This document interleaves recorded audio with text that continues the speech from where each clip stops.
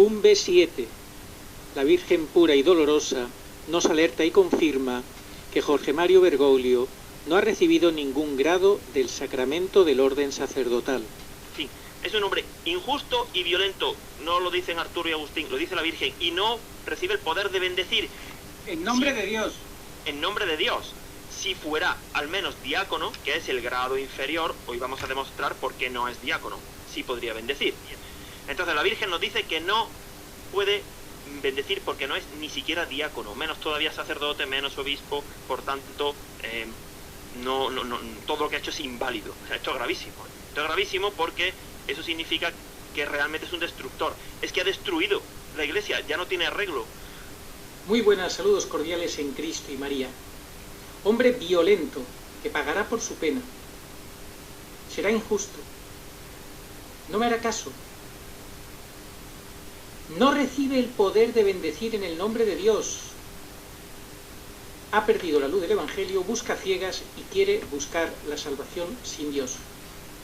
Esto y muchas otras cosas dice la Virgen Santísima de Jorge Mario Bergoglio, el falso papa, el que llama papa, pero que lo define de tantas formas que nos da a entender, nos explica, nos dice claramente, no solo que no es papa, sino que ni siquiera es diácono. El estudio jurídico profundísimo que hemos recibido hace ya algo más de una semana en un PDF nos profundiza en todo este tema. Por eso acudimos de vuelta a la Santísima Virgen María y a sus mensajes, y por eso hacemos un B7 para explicar cómo desde los mensajes de la Santísima Virgen María y con el apoyo de ese estudio profundísimo jurídico y de esa investigación de la cual se infiere que no hay ni un solo documento formal que en 53 años haya podido demostrar la ordenación diaconal de Jorge Mario Bergoglio, todo ello se une para llegar a una conclusión dramática, pero que sencillamente describe al que es el destructor profetizado por San Francisco de Asís y que nosotros estamos siendo testigos de esta realidad. Te invito a que veas este programa y damos paso ya a nuestro querido Agustín Aranda y esa conversación que he podido mantener con él y que nos explica y nos clarifica toda esta cuestión clave para entender los signos de los tiempos y el momento en el que estamos. Hola, Arturo, muy buenas tardes. Bueno, pues aquí estamos.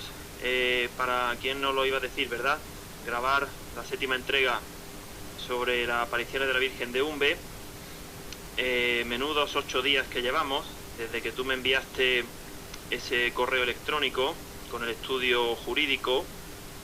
Y pues como a nosotros no nos ha sorprendido, porque quienes han seguido esta serie recordarán que hasta donde nosotros sabemos fuimos los primeros o los únicos que en público a finales de agosto dijimos que no constaba que Jorge Bergoglio hubiera nunca sido ordenado diácono, porque es que esa ausencia es clamorosa, no se encuentra en ningún sitio. Hay 5 fuentes de información y ni en la Arquidiócesis de Buenos Aires ni en el Vaticano aparece absolutamente nada. En la hoja de bautismo de la parroquia tampoco, su biógrafo Armando Puente tampoco, y la única referencia es más que dudosa y no encaja con el resto de información y proviene de los jesuitas. Pero no hay nada, no se encuentra nada. Resumen breve de las ideas de las apariciones de Umbe. Repetimos, confirmamos que para nosotros Umbe es el centro de una trilogía que se produjo en España, en Garabandal, Umbe y Prado Nuevo. En Garabandal la Virgen avisó de la gran apostasía, en Umbe ella explicitó la toma del vértice de la Iglesia por el enemigo, y en Prado Nuevo pues ella nos habló de su papel de corredentora y de la gran tribulación. Pues con todo lo que hemos dicho antes de Umbe, lo más importante, el centro de Umbe es, como hemos dicho, la toma del vértice de la Iglesia por el enemigo y la preparación. Ella viene por toda la humanidad, puesto que la Iglesia oficial ha defeccionado y ya no tiene ningún arreglo canónico. Ella trae la paz, justo lo contrario que nos va a proporcionar el mundo, y la iglesia de Bergoglio, que es el Papa reprobado de 9 maneras diferentes por la Virgen en Umbe, y ya a estas alturas está más que demostrado y comprobado que la Virgen se refiere a Jorge Bergoglio. Bueno, pues las profecías, los mensajes de la Virgen de Umbe son verdaderos, no porque lo digamos nosotros, sino porque tienen la particularidad que ni siquiera apariciones aprobadas tienen, porque hablan de hechos a futuro, pero en Umbe se cumplen estas 3 características. Hablan de unas profecías ya cumplidas sobre los papas. En Umbe también se establece el momento que ya demostramos que se situó en la Semana Santa del año 2020, cuando se produjo aquella niebla que vino para quedarse y no valdrá ninguna luz para evitar el aviso, que para muchos será un castigo y muchos morirán. Bueno, pues esos hechos ya han sucedido, las profecías de los papas y el situar la niebla en la Semana Santa del año 2020, aquel cierre de iglesias, confinamientos, liturgia pandémica, y durante todo el año 2020 pues la Iglesia Vaticana estuvo promocionando ese acto punzante de amor y esperanza, mientras las adoraciones y las capillas estaban cerradas. Me hace reír, ¿cómo lo cuentas? Que es dramático cómo ha engañado a tanta gente este hombre, y sigue engañando. Así que imagínate. Y el tercer pilar por el cual decimos que las apariciones de Umbe son verdaderas es porque se han producido más de 500 curaciones milagrosas, inexplicables por la ciencia médica. Por tanto, si algo ya ha sucedido y se ha probado como verdadero, es imposible que nadie pueda demostrar que es verdad. El título que hemos elegido para esta importante 7ª catequesis sobre las apariciones de Umbe es tremendo, y es el siguiente: la Virgen pura y dolorosa nos alerta de que Jorge Mario Bergoglio no ha recibido nunca ningún grado del sacramento del orden sacerdotal. Esto, si no fuera porque pisamos una base muy sólida, daría vértigo. Yo no me atrevería a decir eso, porque las consecuencias que tiene son irreversibles, como ya sabemos. Ya sabemos que Jorge Bergoglio es el destructor profetizado por San Francisco de Asís, que coincide con el mal pastor de Zacarías, que coincide con el Papa reprobado y condenado de 9 formas diferentes por la Virgen. Bueno, pues ahora en esta 7ª entrega no solamente reafirmamos que no es Papa, sino que, si vamos rebobinando, marcha atrás, no es obispo, no es sacerdote y no es diácono. No es absolutamente nada. Lleva 53 años mirando con desprecio a una oblea. Nosotros pensamos que el Señor no ha permitido que lo tenga en sus manos, y todo esto forma parte de un plan de infiltración. Sabemos que por la arrepentida Bela Dodd, que hubo 1000 candidatos infiltrados en diferentes seminarios comunistas. El mismo Jorge Bergoglio, pues para su familia fue una sorpresa. Él estudiaba química y casi de repente entró al seminario. Ahí es cuando conocí a su profesora Esther Ballestrino, que fue la que le cambió, como dice él, le influyó muchísimo su forma de pensar revolucionaria comunista, ¿verdad? Sí, Esther Ballestrino era anticlerical. Jorge Bergoglio, de hecho, se refiere a ella, una vez que ya no era su profesora, además de que como que ella fue la persona que más le influyó, menuda influencia, ¿verdad? Como que seguíamos teniendo buena amistad a pesar de que yo era cura. Bueno, pues esa persona es la que más influyó en Jorge Bergoglio. Si es que la realidad supera la ficción, pero ahí está la realidad. Agustín, ¿habrá quien se escandalice con la afirmación que has hecho de que no es obispo, sacerdote ni diácono, que no es absolutamente nada, que es un engañador? Y para que tú hables con esa seguridad, luego nos dirás por qué hablas con esa seguridad, ¿no? ¿En qué te basas? Me baso en los mensajes de la Virgen y en el estudio canónico que hemos recibido, no solamente tú, sino más de un medio de comunicación, y del que, por cierto, han transcurrido 8 días desde la grabación de este programa, y nadie se ha hecho eco prácticamente. Es muy sorprendente haber recibido este estudio, pero como ya digo, quien quiera lo puede consultar en un B5, primera parte, al final del vídeo, en 4 minutos nosotros expusimos que no se encontraba este dato. Y pues de ese programa nosotros pensamos, a ver, evidentemente que los autores, porque creo que como ellos mismos se definen, del estudio jurídico canónico, que es excelente, firmado por un seudónimo, Simón Barjonás, que es el remitente del correo electrónico, pensamos que han tenido que ver seguramente los programas anteriores de UNBE. ¿Por qué? Pues porque en un B5 hablamos nosotros de que no se encontraba el dato del diaconado, y porque en un B4, que fue una catequesis muy importante, nosotros abundamos en la figura de San Pedro, que se le apareció a Feliz Asistiaga y le entregó las llaves de su casa. Como hizo realmente esa escena, evocaba a cuando nuestro Señor en Cesarea de Filipo a Simón Barjonás le entregó las llaves. Eso es del Evangelio. Bueno, pues ahora este estudio canónico viene con el seudónimo de Simón Barjonás, con un estudio que es excelente. Yo soy hombre de ciencias, no soy licenciado en Derecho, pero no hace falta, porque se puede apreciar la rigurosidad, el trabajo y la exactitud que tiene. Bueno, desde luego se nota que es una cosa que no se hace en una tarde. Agustín, eso está claro. Entonces, ¿cuáles son los 3 apelativos que utiliza la Virgen para confirmarnos la clase de personaje a la que nos enfrentamos? Pues es un papa injusto, violento y que no recibe de Dios el poder para bendecir a los fieles. Al principio, antes de que nosotros recibiéramos este estudio, pues ya nos barruntábamos que esa violencia no se refería a una violencia física, ¿no? Hace violencia contra las leyes de la Santa Madre Iglesia.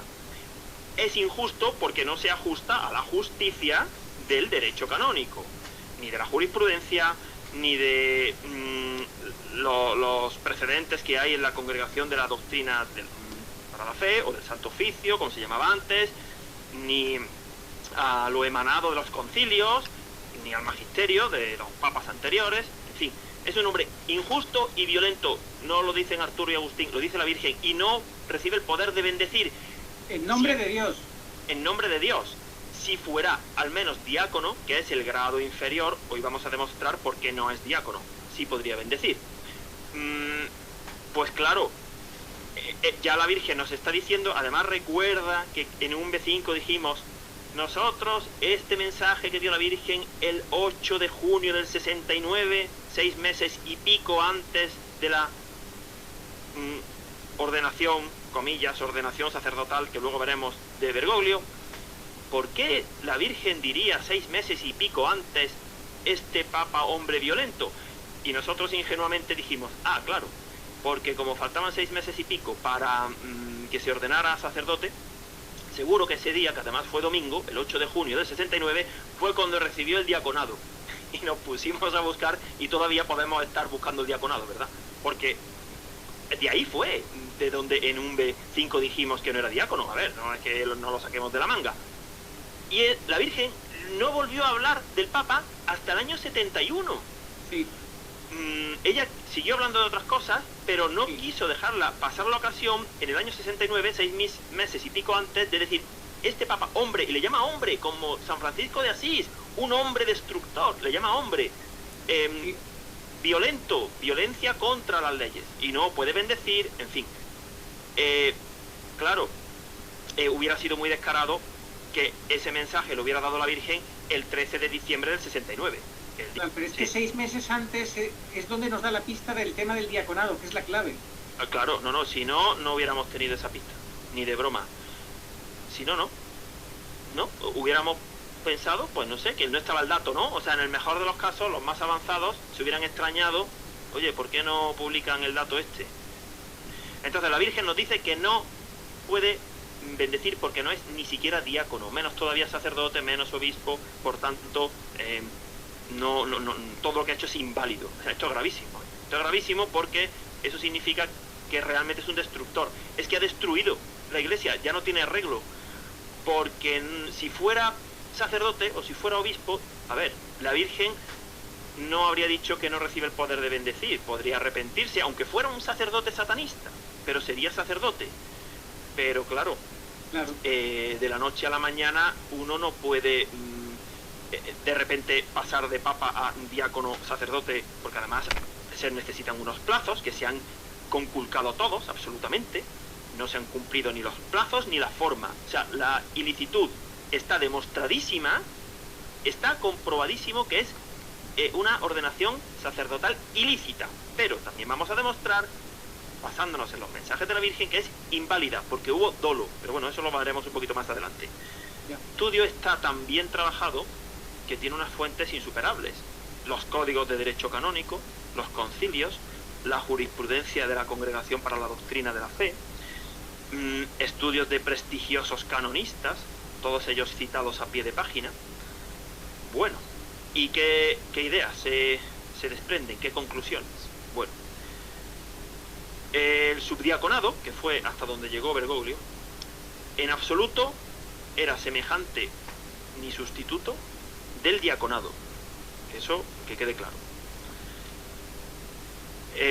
Después, el obispo que ordena a alguien, diácono o sacerdote, el obispo no conferirá las sagradas órdenes sin estar moralmente seguro, por argumentos positivos, por hechos palpables y tangibles, de la idoneidad. Aquí, en esta historia, hay dos obispos. Monseñor Miguel Raspanti, obispo de Morón, era la provincia la cual estaba ubicada el seminario de los jesuitas, y ese supuestamente, supuesta pero falsamente, porque nunca jamás se ha probado, ni hay ningún indicio. Monseñor Raspanti fue quien supuestamente ordenó diácono a Bergoglio. Bien, pero como no hay ninguna prueba de eso, pues Monseñor, el obispo castellano, 6 meses después, prácticamente ni siquiera 6 meses, se incumplieron hasta los plazos, fue quien ordenó sacerdote a Bergoglio. Y tendrías que explicar también que este castellano pasaba por ahí, porque no le tenía que corresponder hacer eso para nada. De hecho, el biógrafo, por lo visto, trata de salir al paso y explicarlo ahí como buenamente puede, ¿verdad? De justificar que ese obispo, que no estaba allí en el entorno de Buenos Aires ni de nada de esto, que vivía fuera de Argentina, y sin embargo, pues lo cogen por banda, venga tú. Sí, es que es extrañísimo, es incoherente que se echara mano de Monseñor Raspanti. Es decir, en todo momento estuvieron esquivando y evitando al obispo y al arzobispo de Buenos Aires, de la Curia, Aramburu y Cagiano, que no aparecen para nada, y supuestamente echaron mano de Raspanti para la ordenación diaconal. Luego se olvidaron de Raspanti. Raspanti, supuestamente de forma negligente, ni pidió, ni consta que pidiera cartas dimisorias para ordenar diácono a Bergoglio, ni emitió, eso sería gravísimo si lo hubiera hecho, ni emitió el acta de ordenación diaconal. De hecho, hemos encontrado un informe del año 71, muy cercano en el tiempo, emitido y redactado por Monseñor Raspanti, en el cual él hace un estudio muy detallado de la diócesis, del número de sacerdotes que se ordenan, de cuántos miembros tienen los seminarios. Él se queja de la falta de vocaciones y no menciona para nada a los jesuitas. Es decir, que parece que no eran de su competencia. Y ahora resulta que se dice que fue precisamente Monseñor Raspanti, en lugar de Aramburu o Cagiano, quienes ordenaron diácono a Bergoglio, y no hay absolutamente ninguna prueba de ello. Bueno, más que sospechoso, ¿verdad? Y sigue.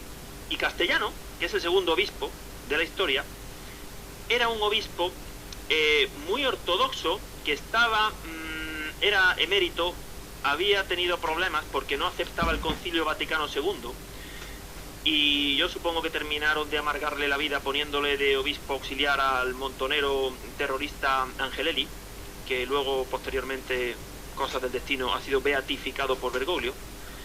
Bien, pues echaron mano de Monseñor Castellano para que fuera él quien ordenara sacerdote a Bergoglio. Y nosotros podemos afirmar lo siguiente: que a Monseñor Castellano lo desconectaron de la curia argentina. A ver, ni le enseñaron, porque no existía, las pruebas de que Jorge Bergoglio había recibido la ordenación diaconal de parte de Monseñor Raspanti, y tampoco Monseñor Castellano, ese obispo emérito, comunicó la ordenación sacerdotal de Bergoglio a la curia. Solamente hasta 29 años después, hasta el año 98, hay constancia en la partida de bautismo, porque en la curia no saben nada, los jesuitas tampoco aportan nada, y en la partida de bautismo de la parroquia donde se bautizó Bergoglio, María Auxiliadora y San Carlos Borromeo, del barrio de Almagro, ahí sí hay una información muy jugosa que luego vamos a ver, y no hace falta ser un detective muy perspicaz para llegar a la conclusión de que transcurrieron 29 años hasta que alguien anotara la ordenación sacerdotal de Bergoglio, cuando ya no había más remedio, claro, ya era primado de Argentina y ya, hombre, pues algo había que anotar, pero no en su momento, en el año 69, y de hecho nunca jamás apareció la anotación de que fue ordenado diácono. Lo que sí está subrayado es el subdiaconado. Sí. Bueno, a Monseñor Castellano, entonces, que era un obispo pues que no aceptaba de lo ortodoxo que era el Vaticano II, pues lo llamaron. Y claro, él parece que fue negligente porque no comprobó que había sido ordenado diácono. Sí, bueno, pues que hubo dolo. ¿Por qué? Porque el obispo castellano fue desconectado, y además es sospechosísimo que se acudiera a Raspanti para una cosa, para la ordenación diaconal, y a Castellano. Vamos, eso tiene un tufo a que estaban evitando a las autoridades de Buenos Aires totales y absolutas. Que además, en línea con eso, vemos que en la actualidad quien vaya a preguntar allí al arzobispado de Buenos Aires se encuentra con que no saben nada de todo esto, se lavan las manos, ¿no? Sí, no saben nada. No saben nada, remiten a los jesuitas, y los jesuitas han aportado, cualquiera lo puede ver en el PDF, una fotocopia de una libreta, parece. Bergoglio se ha encargado de hacer desaparecer el informe del superior de los jesuitas, Kolbenbach, se escribe, en el cual en ese informe se decía que era una persona que usaba un doble lenguaje, que no estaba equilibrado, que no era un candidato adecuado para recibir los grados del... Bueno, es que hay otro personaje que el pobre se equivocó gravísimamente, que fue el Guarrachino, porque cuando Bergoglio, después de los años turbulentos de la dictadura militar argentina, se fue a Alemania y volvió a Argentina, no era nadie allí, estaba pues desubicado, ¿no? Desubicado en Argentina, estaba en una parroquia, y el obispo Guarrachino lo repescó, pero no solamente vio en él un gran talento, sino que presionó a Juan Pablo II para que lo ordenara obispo, y como habían hecho desaparecer el informe del superior de los jesuitas, a Juan Pablo II lo engañaron, lo forzaron, el hombre estaba rodeado de enemigos, y mira, lo que he encontrado de Ana Catalina Emmerich, a ver, dijo que yo vi cuando ellos le introdujeron al obispo de la forma que se habían propuesto. Él, el obispo, era un intruso, introducido contra la voluntad del Papa, y no poseía legitimidad ni autoridad espiritual. Clarísimo, va en consonancia con que ni siquiera era diácono. Totalmente. Mira, una prueba jugosísima que hemos encontrado en estos días de una biografía oficial de Bergoglio del año pasado, del año 21. Una prueba que demuestra el dolo y el uso que hicieron del obispo castellano. Es la biografía de Javier Cámara y Sebastián Paz. Dice, hablando de la ordenación sacerdotal de Bergoglio por el obispo Ramón Castellano, y dice el biógrafo el año pasado, no me digas tú que esto ha tenido que ser supervisado por Bergoglio, y como hace el estudio, antes del estudio canónico hay una exposición de hechos que termina con una serie de preguntas que luego vamos a ver con el acta de bautismo. ¿Cómo es que si al obispo Raspanti se le olvidó emitir el acta de ordenación diaconal, ¿No hubo tiempo en 22 años que vivió Raspanti desde 1969 hasta 1991 de pedírsela, por ejemplo? ¿No hubo tiempo en 29 años de comunicar su ordenación sacerdotal a la parroquia? En fin. Y bueno, dice... luego me responderás a la pregunta del millón. ¿Por qué Bergoglio quiso engañar y ni siquiera ser sacerdote? Vamos, ni diácono siquiera.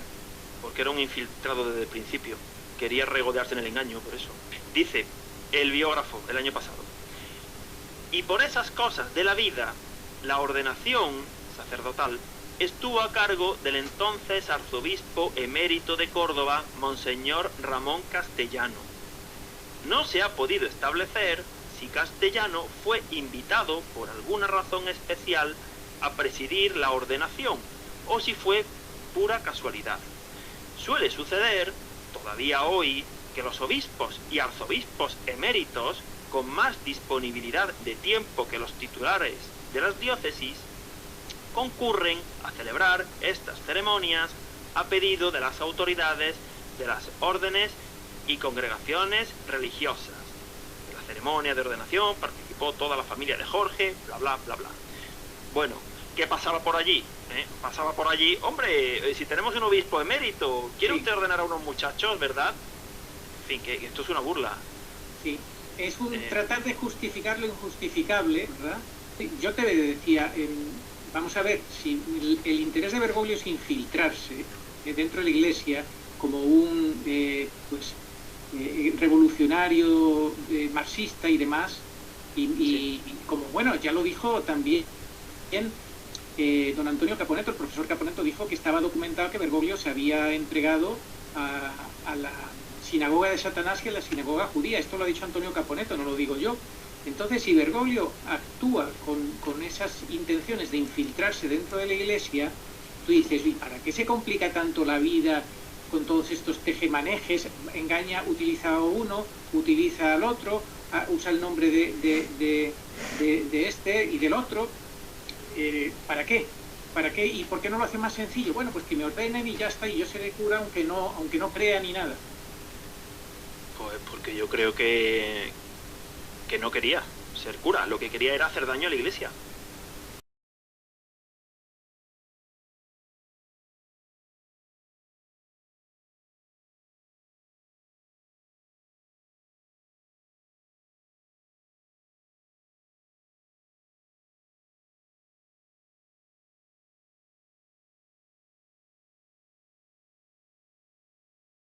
Es clave, es clave. Resulta que entre noviembre y diciembre se cae misteriosamente la página web del Vaticano y de repente, cuando la vuelve a estar activa, han quitado todos los datos que antes tenían publicados en los currículos de los papas con la ordenación diaconal de cada papa. ¿Por qué? ¿Por qué han hecho eso? No sé, es que, a ver, el grupo este de Simón Barjonás se ve que llevaba tiempo, desde el 1 de abril, aparece ahí un documento, ¿no?, preguntando por el diaconado. Y de hecho, el 1 de abril fue cuando le respondieron la hoja de vida a los jesuitas en la que no aparece el diaconado. Pero, bueno, como ellos mismos dicen, preguntaron a otros biógrafos. Y seguramente, al ser preguntados a los biógrafos, que si son biógrafos es porque son de la cuerda del Vaticano, empezarían a sospechar, oye, aquí están preguntando por este asunto, ay. Y si además alguno vio un B5, que no lo descartemos, porque... ¿Tú crees que desde el Vaticano ven nuestros programas? Yo creo que sí. De Umbe con sus mensajes tienen un poder exorcístico, como tú me decías el otro día, muy claro, porque, bueno, pues es un poder exorcístico para el fin de los últimos tiempos, para desvelarnos todas las mentiras y trampas del demonio que se ha ido infiltrando en la Iglesia con intención de destruirla desde dentro, y con los mensajes de Umbe terminamos de ver con claridad esta realidad. Los mensajes de la Virgen de Umbe son irrefutables. A ver, lo único que se puede decir es un triste no me los creo. Claro, eso siempre se puede decir, ¿no? Pero nadie puede rebatirlos. Pero si hasta ahora, Arturo, llevamos cientos de horas de estudio y muchos programas, no ha aparecido nadie, absolutamente nadie, a decirnos, estáis mintiendo, estáis interpretando mal, esto no es así, es de otra manera, esto os lo habéis inventado, esto se ha probado que ha fallado, esto es contradictorio con la doctrina, esto, si es que no tienen fisura, no tienen.